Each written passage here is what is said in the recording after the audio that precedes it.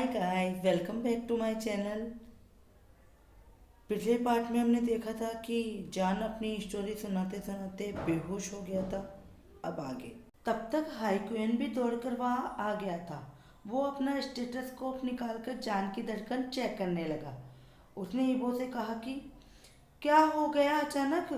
अभी कुछ देर पहले तो तुम दोनों अच्छे से खाना खा रहे थे और ये भी अच्छा खासा था। अचानक क्या हो गया यार? ईबो ने जवाब दिया, वो मैं तुम्हें बाद में बताऊंगा, पर पहले इसे चेक करो प्लीज़। इसे सांस लेने में तकलीफ हो रही है हाईक्वेन, इसे सांस लेने में तकलीफ हो रही है। हाईक्वेन ने कहा, ओके ओके, तुम चिंता मत करो, ये बिल्कुल ठीक है, चलो इसको बेड पर लेकर चलते हैं। फिर हाईक्वेन ने अपना हाथ जान की तरफ बढ़ा दिया। ईबो जान को अपनी बाहों में लेते हुए अचानक चिल्लाया, कोई भी इसे छुएगा नहीं, कोई भी इसे हाथ नहीं लगाएगा। मैं इसे इसके रूम तक ले जाऊंगा और प्लीज तुम सब पीछे हट जाओ। हाईक्वीन ने अपना हाथ वापस खींच लिया और कहता है, ईबो समझने की कोशिश करो, फिर से तुम्हारे घाव के टांके खुल जाएंगे, इसलिए मुझे इसे उठाने दो और बेड तक ले जाने दो। ईबो ने ना में सिर हिलाया और जान को उठाने की कोशिश करने लगा।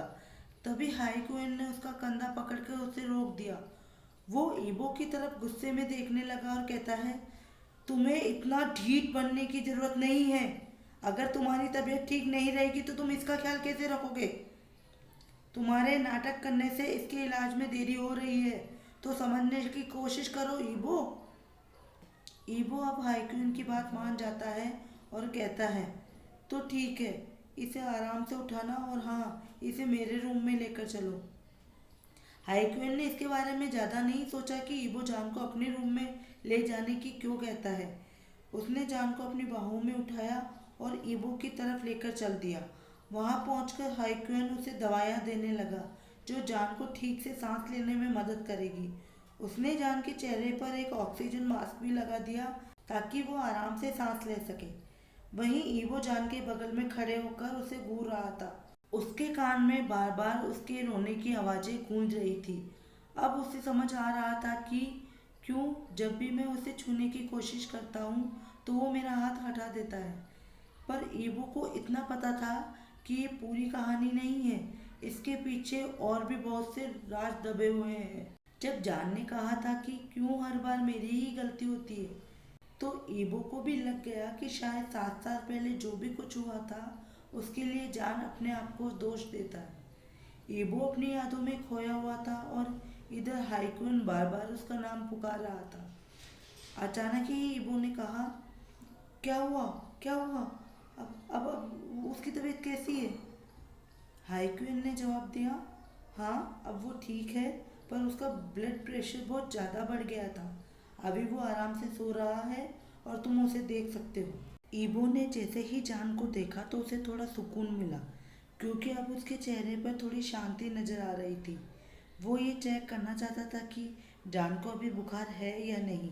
जैसे ही वो उसका हाथ छूने वाला था, उसने अचानक खुद को रोक लिया और हाईक्वेन से पूछा, अभी इसके शरीर का टेम्परेचर कितना है हाईक्वेन? हाईक्वेन ने जवाब दिया कि अब सब कुछ नॉर्मल है, इसलिए तुम चिंता मत करो। पर जान के चेहरे पर ऑक्सीजन मास्क देखने के बाद ईबो ने पूछा कि पर अभी भी इसके चेहरे पर मास्क क्यों लगा हुआ है? हाईक्यून उसे बताता है कि उसे 1 घंटे बाद हटा देंगे, अभी जान को इससे आराम मिलेगा। ईवो फिर पूछता है, अच्छा ये कब तक सोकर उठेगा? हाईक्यून उसे बताता है कि मैंने इसे नशे का इंजेक्शन दिया है, इसलिए ये कम से कम 8 घंटे के बाद ही सोकर उठेगा। अब तो कोई खतरा नहीं है ना? ईबो ने हाईक्यून से फिर पूछा। हाईक्यून ने फिर कहा, नहीं ईबो। हाईक्यून ईबो के हर सवाल का जवाब दे रहा था। उसे पता था कि उसका भाई अब जान को बेहद पसंद करने लगा है, इसलिए अगर उसे सारे सवालों का जवाब नहीं मिला तो वो पैनिक हो सकता है। उसके बाद ईबो ने कुछ नहीं कहा, बस जान के सुंदर और मासूम से चेहरे को घूरता रहा। फिर अचानक से ही उसे 7 साल पहले का वो पल याद आ गया जब वो जान से पहली बार मिला था। अब कहानी 7 साल पहले से चलेगी। काफ़ी समय तक विदेश में रहने के बाद ईबो चाइना वापस आया था। वो किसी बिजनेस के सिलसिले में आया था, इसलिए दिन भर वो किसी न किसी मीटिंग में रहता था। हर दिन की तरह एक दिन वो ऐसे ही मीटिंग से वापस आकर अपने होटल में जा रहा था। जैसे ही वो आधे रास्ते तक पहुंचा था कि बहुत तेज बारिश होने लगी। ईबो एक ट्रैफिक सिग्नल पर ग्रीन लाइट का वेट कर रहा था। तभी अपने साइड मिरर में उसने देखा कि सड़क के एक कॉर्नर में बहुत ही सुंदर सा कॉफ़ी हाउस था। वो मन ही मन सोचने लगा कि बारिश भी हो रही है और अगर एक कप गर्मा गर्म कॉफ़ी मिल जाए तो मूड फ्रेश हो जाएगा। इसलिए वो अपना लैपटॉप बैग लेकर कॉफ़ी हाउस के अंदर चला जाता है। कॉफ़ी हाउस बहुत ज़्यादा बड़ा नहीं था, पर देखने में बहुत ही सुंदर था। अंदर से उसे बहुत अच्छे से सजाया गया था, यानी कि इंटीरियर उसका बहुत ही शानदार था। खिड़की के पास जाकर ईबो एक टेबल पर बैठ जाता है। थोड़ी ही देर बाद करीब 15 या 16 साल का लड़का उसके पास आया और कहता है, सर आप क्या ऑर्डर करना चाहेंगे? ईबो ने उसकी तरफ देखा नहीं और बिना देखे बोलता है, एक कैपेचिनो बिना चीनी के। तभी उस लड़के ने पूछा कि सर आप कुछ और लेंगे? हमारे यहाँ का केक बहुत अच्छा है। ईबो ने उसकी बातों पर ध्यान नहीं दिया और सीधे सीधे कहता है, नहीं मुझे बस एक कप कॉफ़ी ही ला कर दे दीजिए। तभी उस लड़के ने पोलाइटली कहा कि ठीक है सर, आप मुझे 5 मिनट का वक्त दीजिए, मैं आपकी कॉफ़ी लेकर आता हूँ। इतना कहकर वो वहाँ से चला जाता है। तभी ईबो के पापा ने उसे कॉल करके कहा कि उन्होंने उसके ईमेल पर सभी प्रोजेक्ट्स की डिटेल्स भेज दी हैं, इसलिए वो अपना ईमेल चेक कर ले। तब वो अपना लैपटॉप खोलकर ईमेल चेक करने लगता है, पर थोड़ी ही देर बाद उसका लैपटॉप अचानक बंद हो जाता है। उसने सारे तरीके आजमा लिए होते हैं, पर उसका लैपटॉप चालू होने का नाम ही नहीं ले रहा था। उसने बैटरी निकालकर भी वापस लगा दी, बार बार रिबूट का बटन भी दबाया, फिर भी लैपटॉप चालू नहीं हो रहा था। ईबो ने गुस्से में कहा, स्टूपिड लैपटॉप। तभी वो लड़का कॉफ़ी लेकर आया और टेबल पर कॉफ़ी रखते हुए कहता है, सर आपकी कॉफ़ी। तब तक ईबो का मूड पूरी तरह से खराब हो गया था। उसने कहा कि मुझे अब कॉफ़ी नहीं चाहिए, वापस ले जाओ इसे। वो उठकर खड़ा हो गया और अपनी जेब से 100 युआन निकाले और टेबल पर रखकर वापस जाने लगा। तभी उस लड़के ने कहा, सर रुकिए, आपने कॉफ़ी पी नहीं है, इसलिए आपको पैसे देने की ज़रूरत नहीं है। आप अपने पैसे अपने साथ ले जाइए। उस लड़के के खुददारी भरे शब्दों से ईबो को और गुस्सा आ गया। उसने कॉफ़ी का कप उठाया और वॉश बेसिन में जाकर फेंक दिया और कहता है, समझ लो मैंने कॉफ़ी पी ली। तभी वो लड़का कहता है कि मुझे तो लगा था कि आप एक अच्छे इंसान हैं, पर आपके बर्ताव को देखकर लग रहा है कि आप बस कपड़े ही अच्छे पहने हुए हैं। ईबो गुस्से से उसकी तरफ देखने लगा और कहता है, क्या कहा तुमने? अगर तुम्हारी हिम्मत है तो जरा फिर से कहना। उस लड़के को भी अब गुस्सा आ गया। उसने जवाब दिया, मैं यही कह रहा था कि आपके बर्ताव को देखकर मुझे अच्छा नहीं लगा, और अगर आपका लैपटॉप आपसे ठीक नहीं हो रहा है तो इसका मतलब ये नहीं कि आप अपना गुस्सा किसी और पर उतारेंगे। ईबो ने टोंट में कहा, ओह अच्छा, तो तुम्हें क्या लगता है कि तुम ये लैपटॉप ठीक कर दोगे? ईबो वापस अपनी कुर्सी पर बैठ गया। उसने अपना लैपटॉप निकाला और उस लड़के की तरफ बढ़ाते हुए कहता है कि अगर अगले 15 मिनट में तुमने ये लैपटॉप ठीक कर दिया तो मैं दूसरी कॉफ़ी ऑर्डर करूँगा और यहीं बैठकर पीऊँगा, पर अगर तुमने ठीक नहीं किया तो कल तक मैं इस कॉफ़ी हाउस को तहस नहस कर दूँगा। उस लड़के ने मन ही मन कहा, तुम्हारी इतनी हिम्मत हो गई कि तुम इस जगह को बर्बाद करोगे? वो अपनी जगह पर चुपचाप खड़ा था। तभी ईबो ने दोबारा कहा, तुम्हारा समय पहले ही शुरू हो चुका है, इसलिए अच्छी तरह से सोच लो। वो लड़का ईबो के सामने कुर्सी पर बैठ गया और लैपटॉप लेकर कुछ टाइप करने लगा। वो इतनी तेजी से टाइप कर रहा था कि ईबो को कुछ समझ में ही नहीं आया। करीब 6 मिनट बाद उसने वो लैपटॉप ईबो की तरफ कर दिया। ईबो ने जैसे ही लैपटॉप देखा तो उसने कहा, ओह माय गॉड, इस लड़के ने ये कैसे कर दिया? यहाँ तक कि ये मेरे आईटी टेक्नीशियन भी इसे ठीक नहीं कर पा रहे थे और इसने बस 6 मिनट के अंदर इसे ठीक कर दिया। वो लड़का अपनी जगह से उठ गया और मजाक में कहता है, सर आप वही सेम कॉफ़ी पियेंगे या फिर मैं आपके लिए कुछ और लेकर आऊँ? तभी ईबो को उसके बारे में जानने की जिज्ञासा होने लगी। उसने पूछा कि तुम्हारी उम्र कितनी है, क्या तुम्हें कंप्यूटर से अच्छे से आता है, एनीवेज तुम्हारा नाम क्या है? तभी उस लड़के ने जवाब दिया, सॉरी सर, मैं किसी के भी पर्सनल क्वेश्चंस का आंसर नहीं देता और अब आपने जैसा कहा था मैंने वैसा कर दिया है। इसलिए आप इस कॉफ़ी हाउस को बर्बाद मत कीजिएगा। ईबो ने जवाब दिया, ठीक है, मेरे लिए सेम कॉफ़ी लेकर आओ। तभी उस लड़के ने जवाब दिया, ठीक है सर, 5 मिनट में आपकी कॉफ़ी आ जाएगी। और ये कहकर वो वहाँ से चला जाता है। ईबो उस लड़के को देखता रह जाता है और मन ही मन सोच रहा था कि मेरा लैपटॉप पूरे वर्ल्ड में लेटेस्ट है, कैसे इस लड़के ने मिनटों में इसे ठीक कर दिया। थोड़ी देर बाद वो लड़का दोबारा वापस आ गया और कॉफ़ी ईबो की टेबल पर रखते हुए कहता है, सर, ये रही आपकी कॉफ़ी। ईबो ने थैंक यू कहा और फिर उस लड़के से पूछता है कि अच्छा, वैसे मेरे लैपटॉप में कुछ प्रॉब्लम है, ये बार बार बंद होता रहता है, क्या तुम उसे ठीक कर सकते हो? मैं उसके लिए तुम्हें पे भी करूँगा। तभी उस लड़के ने जवाब दिया, सर, मैंने उसे पहले ही ठीक कर दिया है, आपके स्क्रीन में कोई प्रॉब्लम था, अब ये प्रॉब्लम दोबारा नहीं आएगी।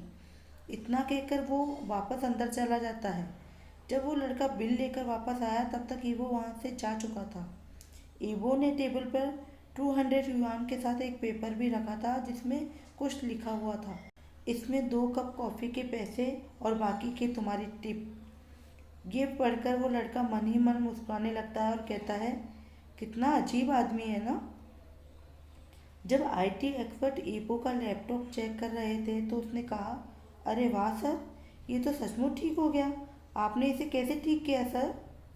ईवो अपनी कुर्सी पर बैठकर कुछ डॉक्यूमेंट पढ़ रहा था तो उसने कहा कि करीब 1 हफ्ते तक इस लैपटॉप को अच्छे से टेस्ट करो, फिर मुझे इसकी रिपोर्ट चाहिए। आईटी एक्सपर्ट कहता है, ठीक है सर, और वो लैपटॉप अपने साथ लेकर जाने लगा। तभी ईवो ने उसे रोककर कहा, ध्यान रहे कि तुम इसे अच्छे से टेस्ट करना, इसमें कोई भी कमी नहीं होनी चाहिए। आईटी एक्सपर्ट ने जवाब दिया, सर, आप बिल्कुल भी चिंता मत कीजिए, मैं इसका बहुत अच्छे से टेस्ट करूँगा, इसमें जितनी भी प्रॉब्लम है सब बाहर आ जाएगी। ये कहकर आईटी एक्सपर्ट वहाँ से चला गया। अगले 1 हफ्ते तक ईवो उस कॉफ़ी हाउस में डेली जाता था। हर दिन वह वही सेम कॉफ़ी ऑर्डर करता था। कॉफ़ी हाउस बहुत छोटा था, इसलिए रात में वहाँ पर ज़्यादा कस्टमर्स नहीं होते थे। ज़्यादातर ईवो वहाँ पर अकेले ही होता था और वो लड़का उसे कॉफ़ी बनाकर देता था। पर उन दोनों ने पहले दिन के बाद कभी भी बात नहीं की थी। वो चुपचाप ईवो को कॉफ़ी देकर वापस अपने काम पर लग जाता था। ईवो भी चुपचाप बैठकर कॉफ़ी पीता था और असल में वो उसको चुपके चुपके घूरता रहता था। एक दिन ईवो थोड़ा पहले ही फ्री हो गया, इसलिए वह जल्दी ही कॉफ़ी हाउस चला गया। उसने देखा कि वो लड़का कॉफ़ी मशीन को ठीक कर रहा था। वो एक एक करके कॉफ़ी मशीन के सारे पार्ट्स खोलकर अलग अलग कर रहा था। वो अपने काम में इतना व्यस्त था कि उसे पता ही नहीं चला कि ईवो बगल में ही खड़ा है। ईवो ने भी कुछ नहीं बताया और चुपचाप उसे देखता रहा। उस लड़के को जैसे ही पता चला कि प्रॉब्लम कहाँ पर है तो वह मुस्कुराने लगता है और मिनटों में ही उसे ठीक कर देता है। अगले 5 मिनट में उसने दोबारा कॉफ़ी मशीन के सारे पार्ट्स वापस लगा दिए। तभी वो अपनी घड़ी की तरफ देखने लगता है और कहता है, अच्छा हुआ ये मशीन सही समय पर ठीक हो गई, क्योंकि वो अजीब सा आदमी कुछ ही देर में आने वाला होगा। ईवो मन ही मन सोचता है कि क्या ये मुझे अजीब सा कह रहा है। उस लड़के ने जैसे ही अपना सिर उठाकर देखा तो ईवो वहाँ पर बैठा हुआ था। वो मुस्कुराने लगता है और कहता है कि मुझे कुछ टाइम दीजिए, मैं थोड़ी देर में आपका ऑर्डर लेकर आता हूँ। करीब 1 हफ्ते तक ऐसा ही चलता रहा। 1 हफ्ते बाद आईटी एक्सपर्ट ईवो के पास आया और कहता है कि बॉस, बॉस। ईवो अपनी यादों को ताज़ा कर ही रहा था कि तभी हाई क्वेन ने अचानक से ईवो के कंधों पर हाथ रख दिया। ईवो, तुम किन ख्यालों में खोए हुए हो? हाई क्वीन की आवाज़ से ईवो वर्तमान में आ गया। ईवो एकदम से चौंक गया और कहता है, हाँ, क्या हुआ, क्या हुआ बताओ। हाई क्वीन ने दोबारा पूछा, मैं तुमसे ये पूछ रहा हूँ कि तुम्हारा ध्यान कहाँ है, इतनी गहराई से किस बात को सोच रहे हो? अगर तुम्हें जान के बारे में इतनी फिक्र है तो इसका मतलब ये है कि तुम्हें मेरे टैलेंट पे भरोसा नहीं है। मैंने तुम्हें पहले ही कहा था कि वो ठीक है, इसलिए तुम उसकी चिंता करना बिल्कुल बंद कर दो। ईवो अपना सिर खुजाने लगा और कहता है, नहीं नहीं ब्रो, ऐसी बात नहीं है, मैं तो बस 7 साल पहले। इतना कहकर ही वो रुक गया और दोबारा हाईक्यून से पूछा कि इन सब बातों को छोड़ो, और कोई बात है क्या? तभी हाईक्यून कहता है कि हाँ चलो, दूसरे रूम में चलते हैं, मुझे तुम्हारा घाव भी चेक करना है। ईवो ने कहा, नहीं, मैं इससे पहले कि वो कुछ और कहता, हाइक्वेन ने बीच में ही कहा, चलो अब ज़्यादा नाटक करने की ज़रूरत नहीं है, ये मेरा ऑर्डर है। दोनों वापस जान के कमरे में आ गए। हाइक्वेन ने जैसे ही देखा कि वहाँ पर सारा सामान बिखरा हुआ है, वो चौंक गया और कहा, ओ माय गॉड, यहाँ पर क्या हुआ है? ऐसा लग रहा है जैसे कमरे के अंदर भूकंप आया हो। ईबो ने इस बात का कोई जवाब नहीं दिया। हाइक्वेन उसकी तरफ देखने लगा और कहा, जहाँ तक मुझे पता है चीज़ों को तोड़ना तो बस तुम्हारी आदत है। ईबो ने जवाब दिया कि नहीं, ये मैंने नहीं किया है। ये सुनकर हाइक्वेन ने आश्चर्य में कहा, तो तुम्हारे कहने का मतलब है कि ये सब जान ने किया है? ओह, तो तभी उसका ब्लड प्रेशर इतना ज़्यादा था। खैर कोई बात नहीं, चलो किसी और कमरे में चलते हैं, मैं किसी से कहकर ये साफ करवा देता हूँ। ईबो और हाइक्वेन दूसरे कमरे में चले गए। तभी हाइक्वेन ने ईबो से कहा कि ठीक है, अब अपनी शर्ट उतारो, और मैं तुम्हारे घाव की पट्टी चेंज कर देता हूँ। बीच में हाइक्वेन ने दोबारा पूछा, अच्छा अब ये बताओ, तुम दोनों के बीच में आखिर हुआ क्या? क्या तुम दोनों लड़ाई कर रहे थे? ईबो ने जवाब दिया, नहीं, लड़ाई जैसा कुछ नहीं था। वो मुझे अपने बदले के बारे में कुछ बताने लगा था।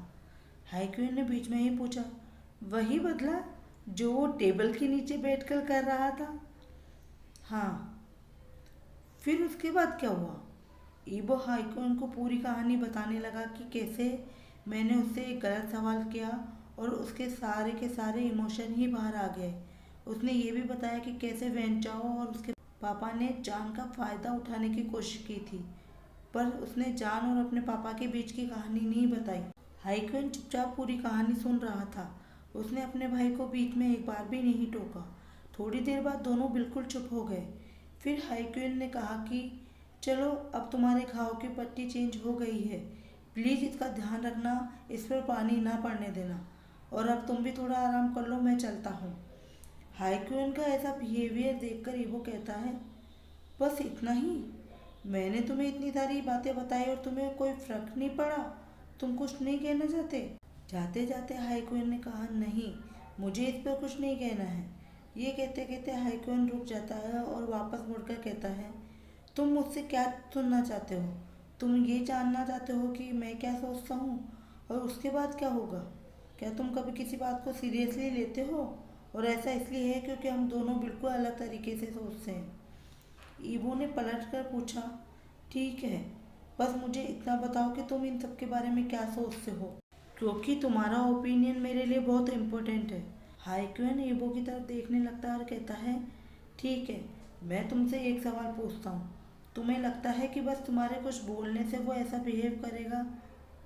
ईबो ने जवाब दिया, नहीं, मुझे लगता है इसके पीछे ज़रूर कोई बात है। वो मुझे किसी चीज़ के लिए दोष देता है, पर मुझे नहीं पता कि आखिर सच्चाई क्या है। हाइक्वेन ने गहरी सांस ली और कहा, भगवान का शुक्र है कि तुम्हें इतनी बात तो समझ आई, क्योंकि मुझे भी लगता है कि ऐसा ही कुछ है।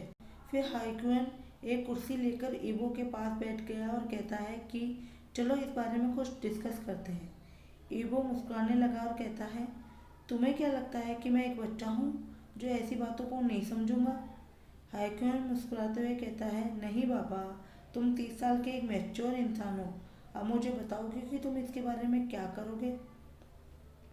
ईबो थोड़ी देर तक सोचने लगता है और फिर कहता है, मुझे तो लगता है कि हमें वहाँ से शुरुआत करनी चाहिए जहाँ से ये सब शुरू हुआ था, और ये पता लगाने की कोशिश करूँगा कि 7 साल पहले सच में क्या हुआ था।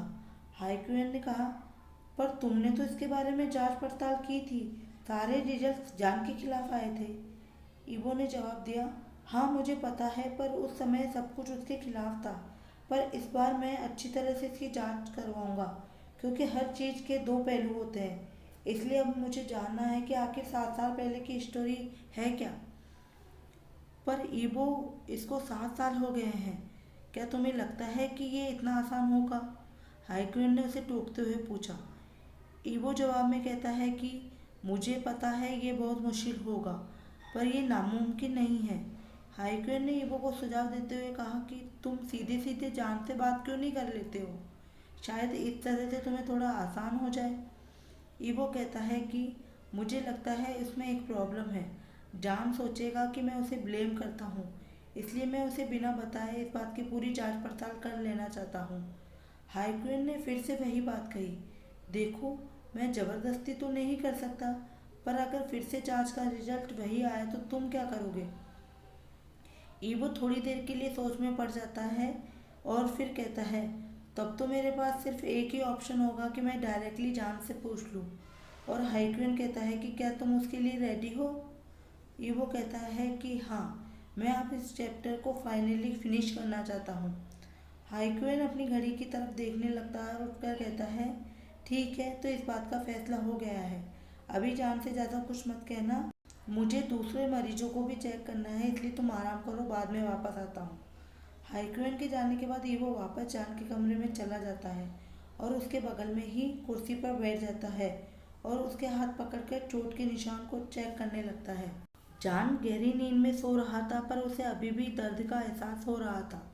उसने जान का हाथ पकड़कर धीरे से किस किया और फिर 7 साल पुरानी यादों में खो गया।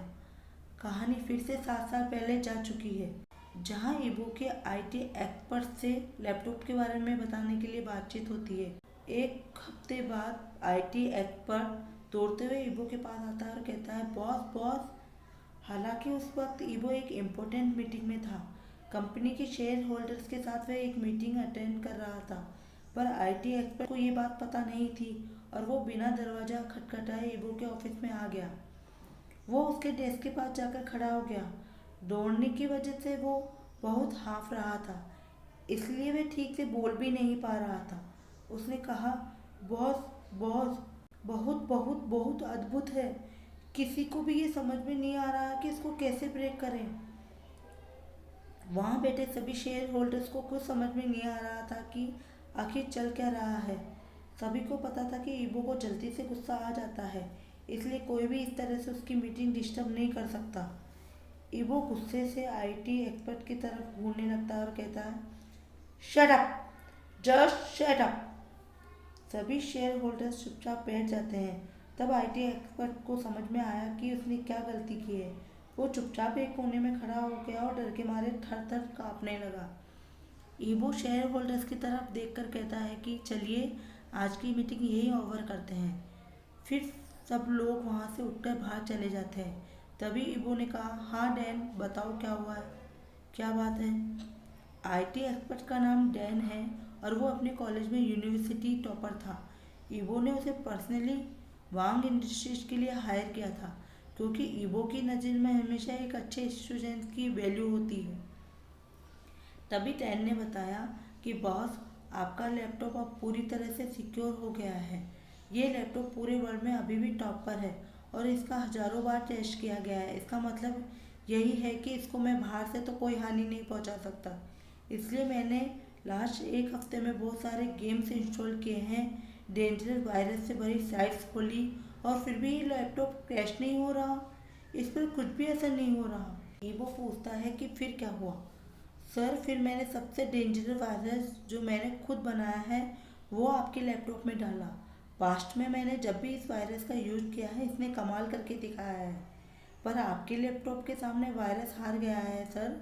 मुझे जो भी ट्राई करना था सर, मैंने सब कुछ ट्राई कर लिया, पर ये लैपटॉप हार मानने के लिए तैयार नहीं है सर। ये सुनकर ईवो मुस्कुराने लगता है और मन ही मन कहता है, this boy such A genius. आखिर इसने मेरे लैपटॉप के साथ किया क्या है? ठीक है डैन, अब तुम जा सकते हो। डैन सोचने लगता है कि क्या बात है, बॉस मेरे से गुस्सा नहीं हुए? सर, पर क्या प्लीज़ आप बता सकते हैं कि आपने लैपटॉप के साथ किया क्या है? डैन ने हिम्मत करते करते ये पूछ ही लिया। उसको वहीं खड़ा देखकर ईवो कहता है कि क्या हुआ, तुम्हें जाने का मन नहीं है क्या? डैन ने जवाब दिया, नहीं नहीं नहीं sir. Sir thank you boss, मैं बस जा ही रहा हूँ। आज के लिए इतना ही। वीडियो पसंद आया हो तो लाइक कीजिए, शेयर कीजिए, मेरे चैनल को सब्सक्राइब कीजिए। Bye bye, take care, love you all.